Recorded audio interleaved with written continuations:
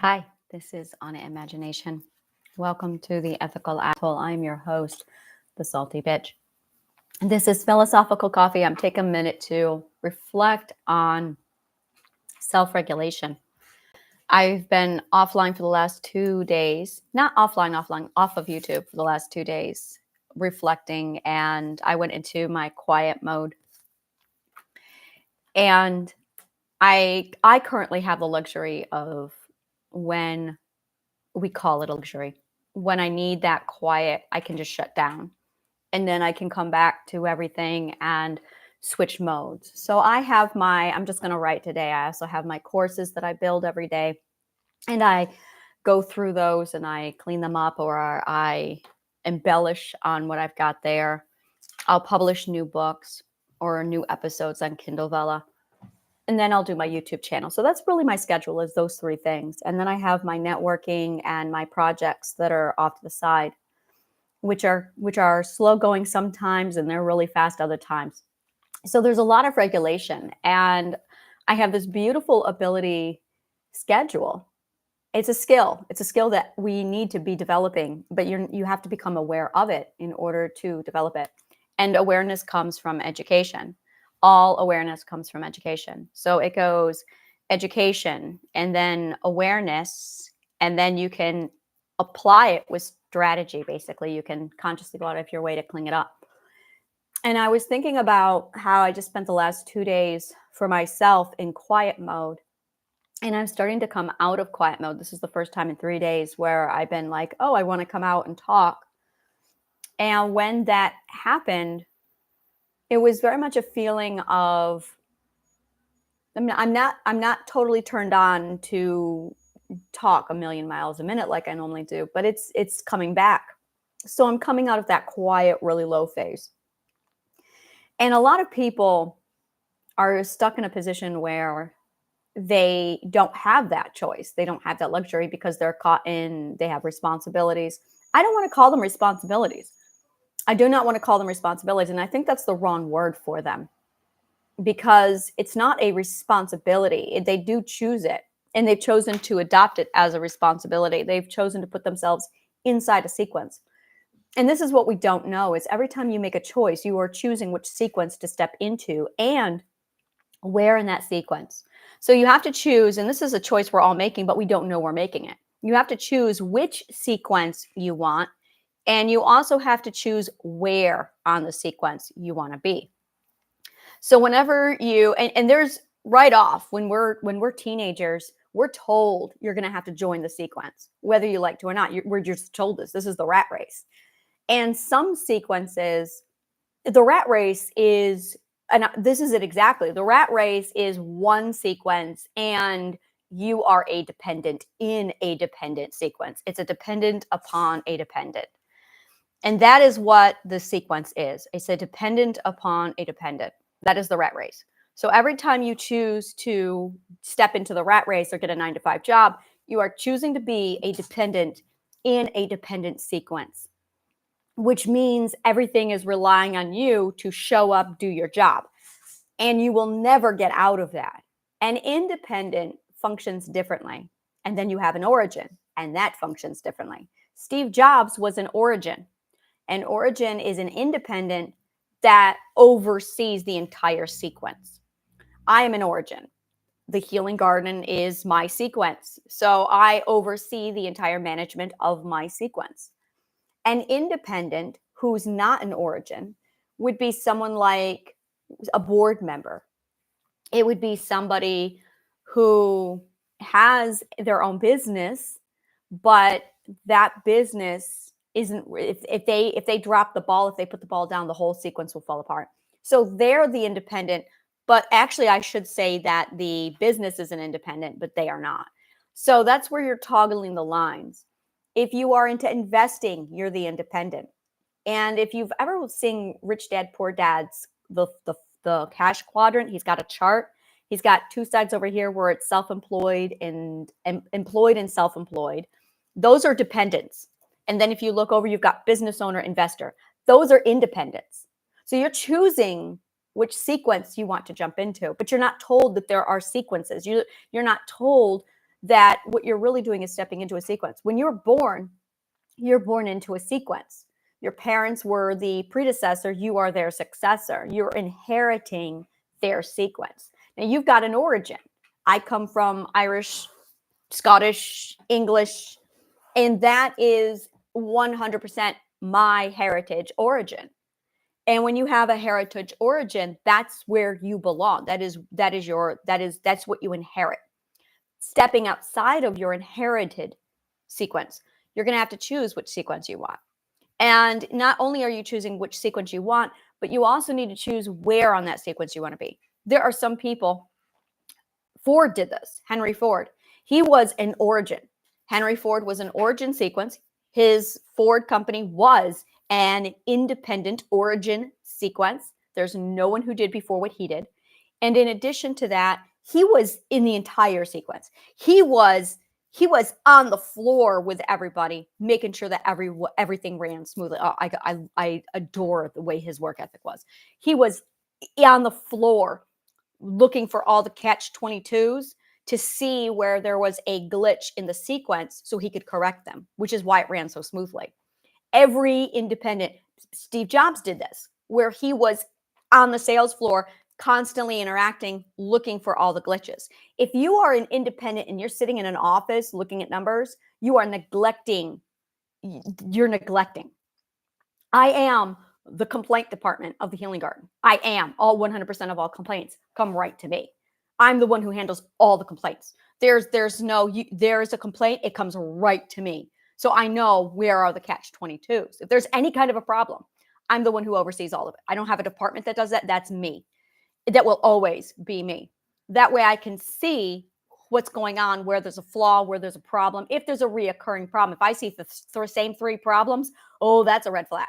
I know, okay, I need to get on that and correct that catch-22 to smooth that out. When I stop getting complaints, that's when I know, okay, now my business has been refined and it's now running smoothly. And this is what Henry Ford did. This is what Steve Jobs did. And that's how you build a company. And when you are choosing anything in life, you are choosing which sequence am I stepping into or building, and where in that sequence do I want to participate. And if you don't have this knowledge, if you're not aware of it, you're going to be really hurting. So to say responsibility, I really don't like the concept, because responsibility is actually from the word response. It means you are in control of your response, which we all are always, we all have responses.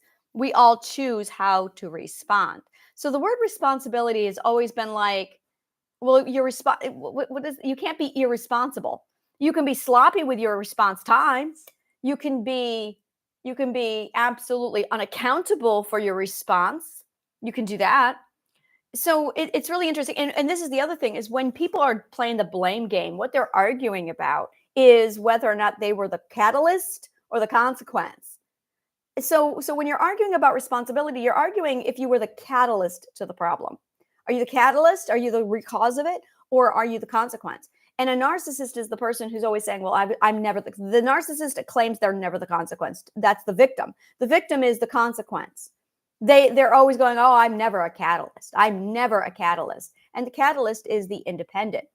So when you are looking at something like self-regulation, where you're needing to take a mental day, you're needing to do time for yourself.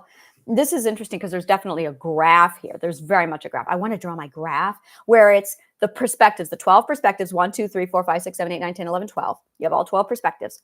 And this part of the chart would be video editor. This is what I want. Like, show it up here, please. So you've got your ethical perspectives down here at the bottom. And then over here on the side, you would have your priority. Let's call it your priority value. Let's call it your priority value. Now, if you have a low priority value, and this is what you're going to see, is your priority value is going to be really low when it comes to your mental health. So the first, second, third, fourth, their priority value is like a 1. So it's right here. But as soon as you get to the 5th ethical perspective, your priority value starts to go up. And then when you get to the 6th ethical perspective, your priority value goes even higher. So it does this. This is the chart. You hit 1, 2, 3, 4, whoop, and it does this. And as soon as that arc in your priority value spikes, game over. You're going to prioritize mental health above everything else.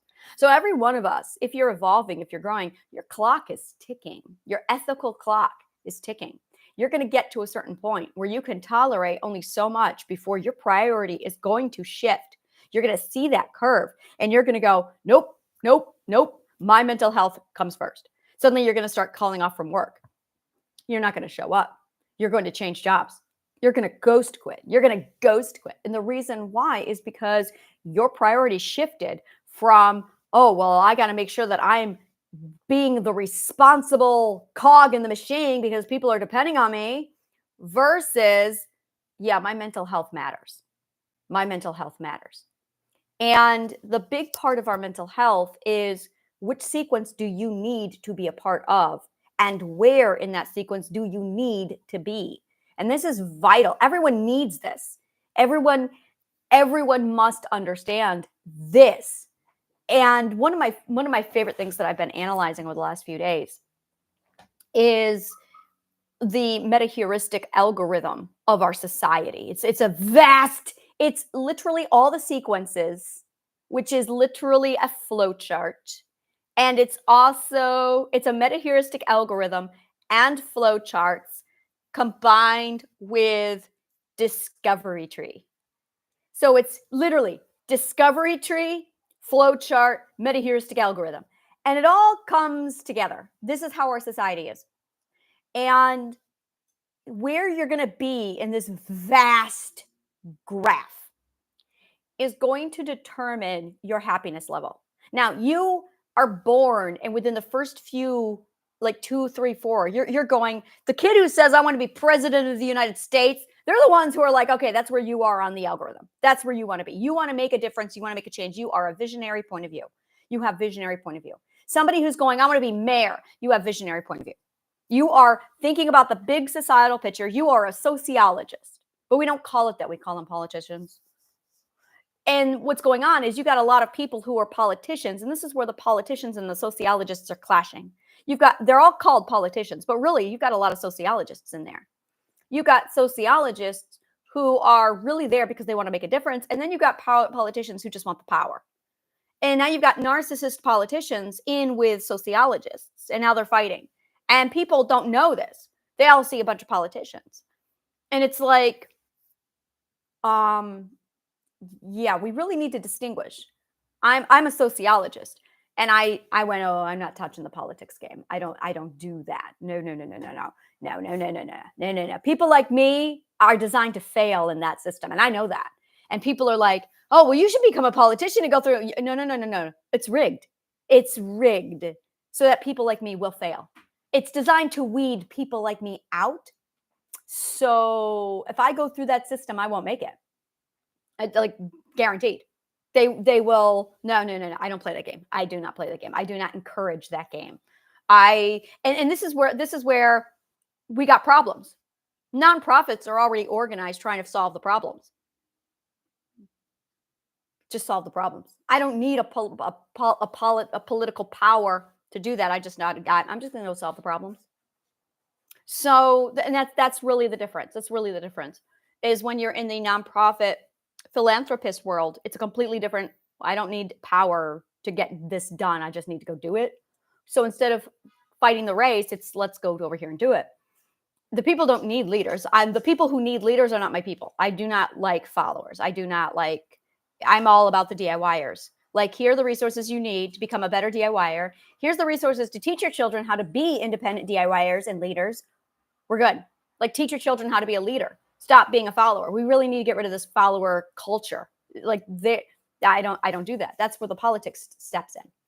And when you're born and you start to realize where you want to go, what you want to be in life, what you're doing is selecting where in the sequence you want to be.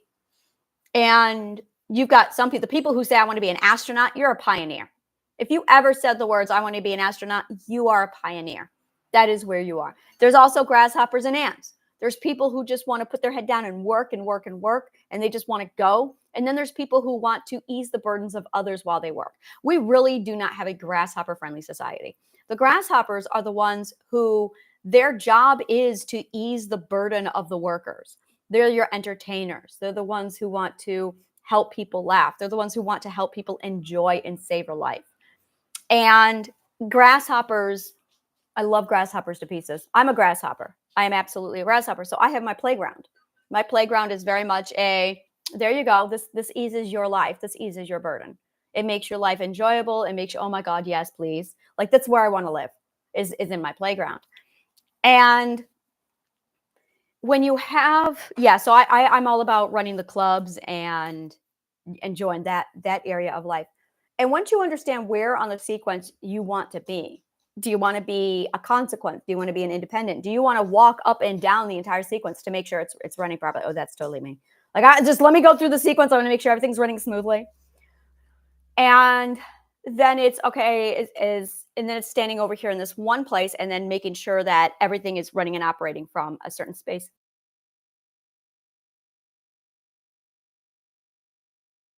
Thank you. Excuse me. So you have to choose where on the sequence you need to be, you want to be. And then you have to decide what your role to the sequence wants to be. And then you have to decide where you want to put your sequence if you want to be the owner of a sequence. When you decide to be a business owner, you're choosing to build your own sequence. Sequence building is a science, it's logic. It's logical science. And if you don't know how to do this, it's going to take you years to get this up and running if you get it up and running properly and if it actually takes off. And it's really interesting to see how this really truly is this massive, it's all about sequence and understanding your relationship with sequence. It really is. And when you get to that point where your self-regulation becomes more important than society, than the sequence you're a part of, it's time to change sequence. It really is time to change sequence. And it's interesting because that's where it's not possible. And this is where we're seeing our two societies right now, where you have the natural society and the unnatural society. And the natural society people are desperately trying to get back to nature, and there's nothing built for them, which is that's all we do, is build natural sequence for people so that it's relaxed. Like it's everything. It's a school that literally turns down the volume on urgency. It turns everything down of just, we're going to show you how to manage and regulate the sequences. That way, as everything converts over to a natural sequence, you're much easier. Right now, our schools are on a unnatural sequence of push, push, push, go, go, go, and there's no alternative, which is what I've built, is the alternative for a natural sequence of, this is a school that runs on the natural sequence. And we produce people who run on the natural sequence. We produce children who run on the natural sequence so that their subconscious mind, their mental health is prioritized, their wellness is prioritized, and their education and their academia is prioritized. And we focus more on efficiency rather than quantity. We increase the quality of our work and increase the efficiency so that we are doing a lot more in less time, allowing us to reduce and turn down that frequency so that we're doing the same work that the government says we legally have to do. And we're doing it efficiently so that it's not going to have the urgency that we need so we can relax. And once you, and that's it, really is by giving one particular tool, logic, to our students, they have the ability to logically deduce and actually do the work simpler, cleaner, easier, faster, so that they're meeting the requirements, but with a fraction of the work and in a fraction of the time. So we have that set up. And it's really putting a focus on expanding the mind to really talk about education as it's supposed to be. That it is about you finding your story. It's about you building your sequence and you using your life for your life to be whatever it is you want to be. You need to understand how the subconscious mind works. You need to understand how to implement the 12 ethics into your life for self-regulation. You know, I was writing something yesterday, and this really hit me hard, is the 12 ethics are just self-regulation. I mean, the third ethic is self-regulation. But when you integrate all of them, it's the stages of self-regulation. All of them are literally the stages of self-regulation. And I went, that's really it. It's like the 12 stepping stones or the 12 stages of self-regulation. No matter what, it's self-regulation. And no other, and it's funny because the 3rd, the 6th, the 9th, and the 12th are all about regulation. Really. So it's the one word that comes up like 4 times in the 12 ethics. The first time you're doing self-regulation, then you are working on social regulation. Then you are focusing on, well, no, it's ethical. It's fairness. It's ethical. Let me think about this for a minute. Social. Yeah, so it's social, and then it's vocal, and then it's energy. So you have self-regulation, then you have vocal regulation, you have social regulation, and then you have energy regulation, which is your emotional and your logical energy. So that you are regulating yourself emotionally. You are regulating yourself verbally and vocally. You are regulating yourself socially with others, and you're regulating yourself. So the whole 12 ethics are the stages of regulation, of self-regulation, so that you can move through society. You can function. And we implement that into the curriculum. It's absolutely like coming together. And when you're doing self-regulation and you've got this job that you have to take care of that doesn't allow for self-regulation, and I've heard people say this, well, what am I going to do? You're going to have to prioritize. And this is really what it comes down to, is you are going to have to prioritize. This is you versus your priorities. You are getting in the way of your own priority. You want self-regulation. You want to manage your mental health, but you need to survive. And you don't know how to survive without or with your ethics in an unnatural sequence that doesn't allow for those things. Well, I need to survive, but I need my mental health and I need my ethics. But the job won't, well, then you need to prioritize. And if you prioritize your ethics and your mental health over your job, survival, and this is what we're not talking about, is most of us have to choose between survive or be ethical and healthy. And because we're not talking about that, there's no solution. So here's the solution. You're going to have to literally educate yourself. That's your third option that no one thinks about. You have to learn. You're going to have to learn how to get another job that will allow for ethics and mental health. And that is the number one reason why people become their own business owner, is so they can.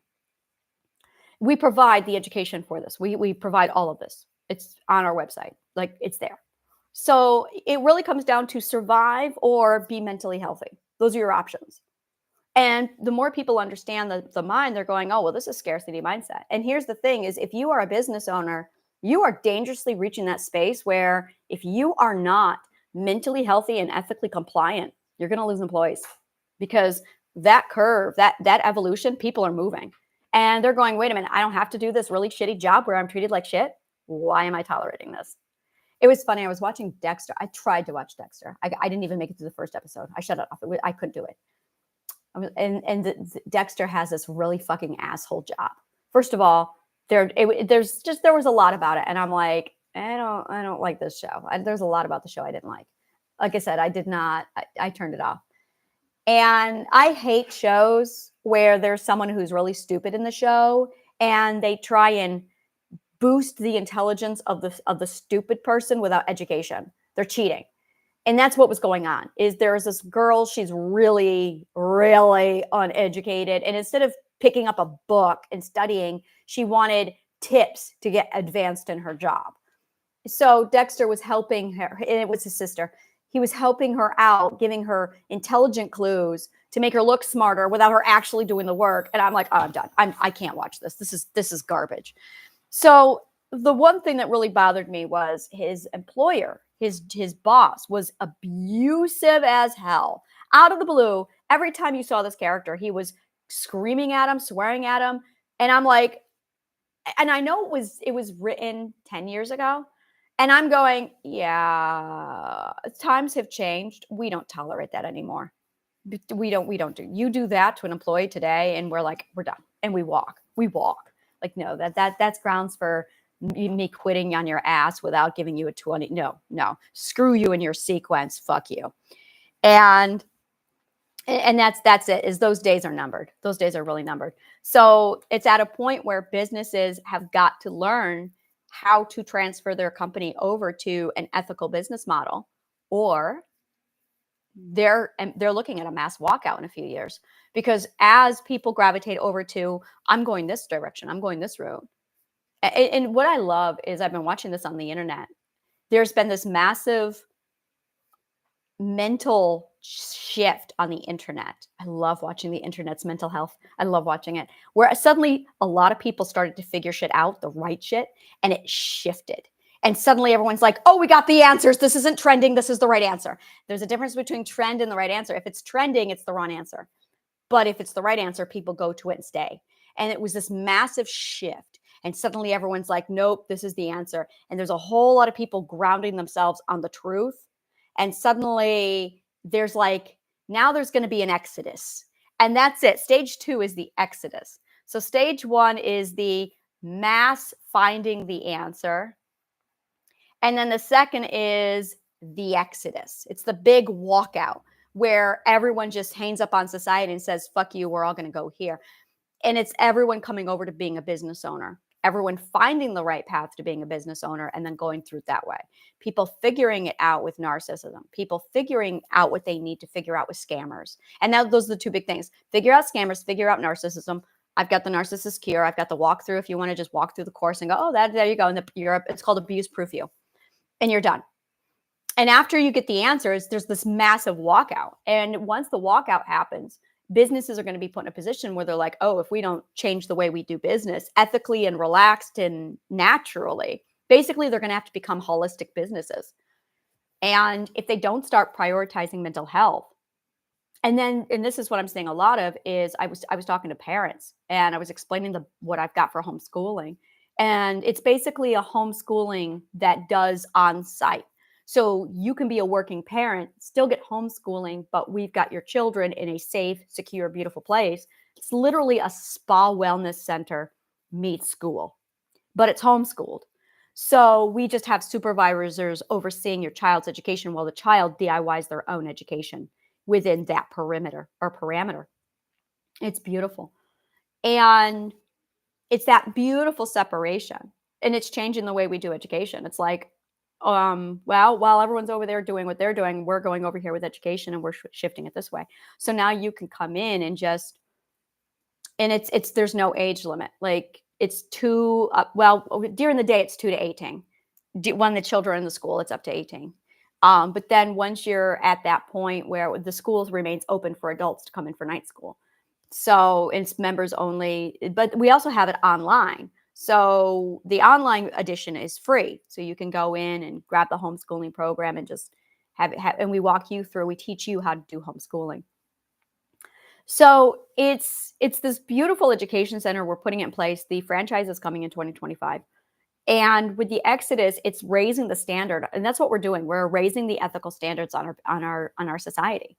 That's really what we're doing, is we are raising the ethical standard on our society. And the people who have low standards don't like that. And that's all we're seeing, is we're going to raise the bar.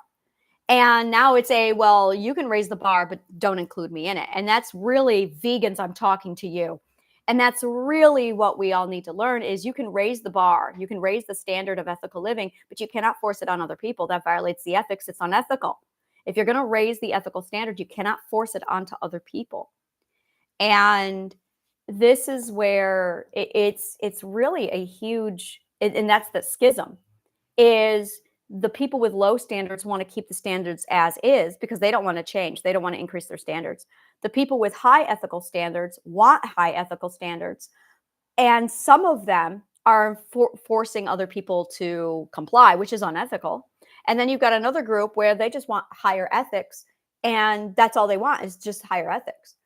They're the ones saying to the government, you're not doing a good enough job. They're the ones saying to the schools, that's me, you're not doing a good enough job. Either step down or raise your standards.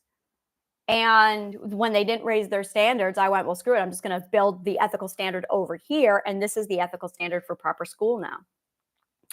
And this is really what we're all doing, is we are raising the ethical bar, because it's too low. It's way too low. And now we're seeing that beautiful evolutional shift, and it's changing everything. So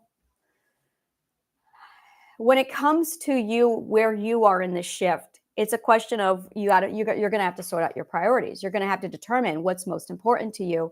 And if it is important for you to shift your priority, then this is what it comes down to. You have got to sit down with your education, and you've got to learn what you need to learn so you can know how to survive and flourish with mental health and ethics and get yourself the job that you need so you have the freedom to do that. And with the education, you can do that, which is what we teach. So thank you so much. And may the kindest of words always find you.